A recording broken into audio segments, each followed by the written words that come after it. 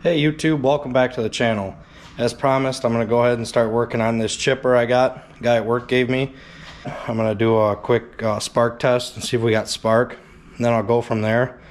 I'll pull the carb apart, clean the carb, needs a new fuel line. And after we get that done, we'll see if we can get it running. It's been sitting a long time, but yeah, let me show you how I do a quick spark test. It's real simple. This is how the spark plug tester works. Clip it on the plug here. The other side, the light up orange in here. See the spark jump the gap. Fortunately, I don't have nobody to hold the camera to do a demonstration, but it does have spark. So we're gonna go ahead and put a fuel line on it, pull the carb off. I know the carb's varnished, and it'll probably be a two-part episode maybe. First, we're gonna get the carb cleaned up. To get this carb off, I'm just gonna take it off the intake. Take these two Phillips out. There's a little trick. A lot of times I'll put a Phillips screwdriver in there and I'll gently tap the back of it with a hammer, and the vibration will help break those loose. Or if you have a cordless 1/4 inch impact, that works too. And then you're gonna take this bolt off down here. I'll just pull the whole thing off. There is a governor rod, obviously, for your governor. It's back here. You're gonna have to slip that linkage out when you're taking this carb off. I'm just gonna pull the whole thing off, lay it on the workbench. I can already tell you there's a lot of problems with it. The governor is seized. I don't know if you guys can see in here. I was trying to move the rod, the linkage up here. It's frozen solid. So I have a feeling this thing's a disaster inside. Let me get it off and I'll show you what it looks like when we get it apart. Guys, I wanted to show you real quick. If you're really gentle with these, a lot of times you can get lucky and you won't tear the intake gaskets. I got lucky on this one. I'm not telling you to reuse every one of them. If they don't rip, I usually reuse them. That's just the way I do things. But what I wanted to show you is on the back here, there's a right here, there's a wire for your kill switch. You're gonna have to take that off. There's a crankcase vent right here. Take that off. There's your governor linkage. You're gonna have to very carefully work that out of there, not bend it. You don't want to bend the governor rods on these things. You'll have a hell of a time getting it to run right after you do that. I'm gonna get this off and get it on the bench. Alright, it's pretty self-explanatory how you're gonna get this apart. Pull this screw off. That'll drop the governor assembly off. This is your governor assembly. Adjustment right here for the carb. Another adjustment up here for your air. I'm gonna go ahead and take these screws off, these flatheads. You can use a socket on them too. I'm gonna take this air intake tube off. Once I get this open, the float will be in here. As you can tell, the fuel line's rock hard. One thing I didn't mention, you gotta pull the exhaust off to get to the bolt for the intake. You just take and hammer this with a hammer right here. Hammer it that way to back this off, then you unscrew it. It's the nut that tightens it to the block. Let me get this apart. I got the ultrasonic cleaner warming up. You can see this thing's a mess. I have a feeling the inside is gonna be bad. This is the governor linkage I was talking about. This thing, if you're working on something that's been sitting a long time, these are generally jammed up. Yeah, you gotta really work with them to get them free. So I'm just gonna take everything apart. Look at these fuel lines. It's another thing. If you're working on small engines, this one's broke. But if you're working on small engines and these lines are hard, really hard like this, they're gonna wind up breaking eventually. Just replace the damn things while you got it apart. Save you a lot of time in the future. So with that being said, let me get all the jets and everything pulled out of here. I'll show you what it looks like disassembled, and then we'll go ahead and ultrasonic clean it and see what we got, unless it's water damage, and then we're gonna stop and there'll be no more. As you can see, I got it pulled apart. The float sits down in here, like so. I would have to line it up to show you guys, but this pulls apart. This little tube right here slides in there. This has to be one of the worst ones I've ever tried to take apart.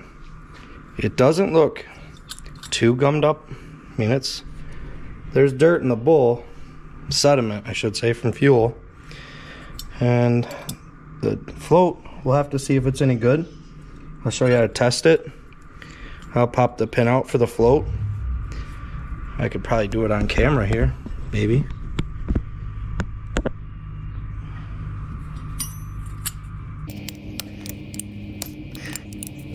I don't have any needle nose to stop right now. Get this pin out of here.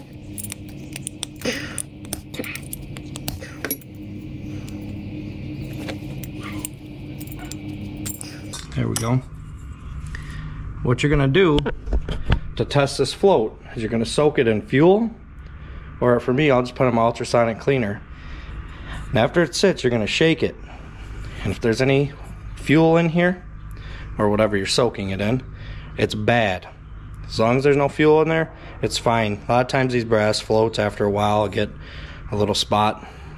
I have seen people try to fix them. I wouldn't do that, but also, I wanted to mention, mark where your springs and stuff go if you don't do this all the time.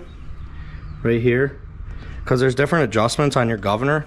It's easy to get it mixed up, so if it's something you're doing and you're not really too familiar, mark them. Also count your turns on your screws. Unfortunately, I couldn't screw this one in. It's going to have to be ultrasonic clean to even try to break it free. This one I'm going to have to get replaced, so this machine is not going to run in this video.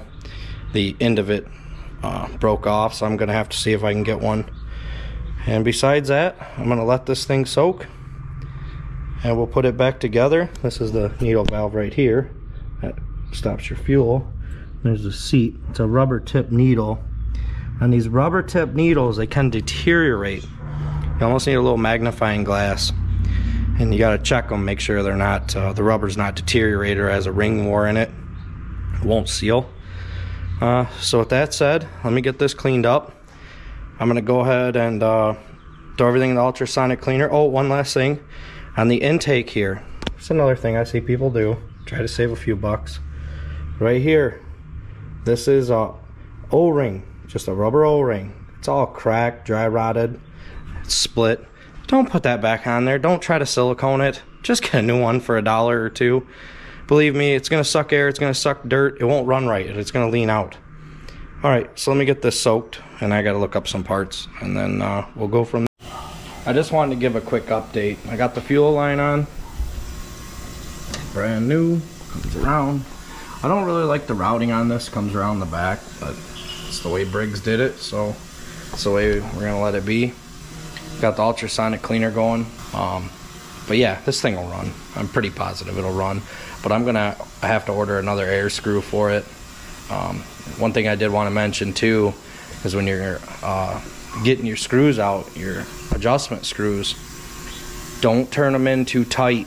You want to count the turns, so when you put it back together, you can set it back to the way it was, and that should get you close to being able to at least get it to start, and then you can adjust them from there. I just wanted to mention that. So it looks like it's going to be about a week until I can get one. So I'm going to show you for the rest of this video. I'm going to put the carb and everything back on this. Just wanted to show you guys how awesome these ultrasonic cleaners work. It's a little pitting in there, but these damn things are clean.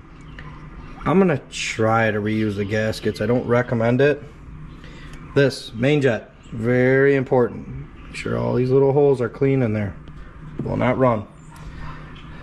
This adjustment screw, I forgot to, well, it was actually seized in there, so I'm just gonna go with 1.5, 1 3/4 turns out. We'll see if she runs. We'll take it from there. These pieces are just, that thing is awesome. It's the best thing I ever bought. Needle valve looks really good. So I'm gonna go ahead and throw it back together, and we'll get back to you in a minute. Here we have it. The carb is back on, muffler's back on. I'm gonna show you guys how good the governor's working. That ultrasonic cleaner I have, the thing is just awesome. Got lubricated the throttle. I'm waiting for, I'm gonna have to order this screw. The end is busted off. I'll show you. It was already bent. Somebody screwed with this thing. So I'm gonna have to order that adjustment screw before I can run this thing. And I gotta pick up an O-ring. This O-ring's busted. It's actually, yeah, it's about to break. Goes on the air intake. Wanted to give a little update on the chipper. Got the carb back on. Let's fire this thing up. Choke is down. Put you guys up somewhere so you can see. Show you. This thing runs awesome.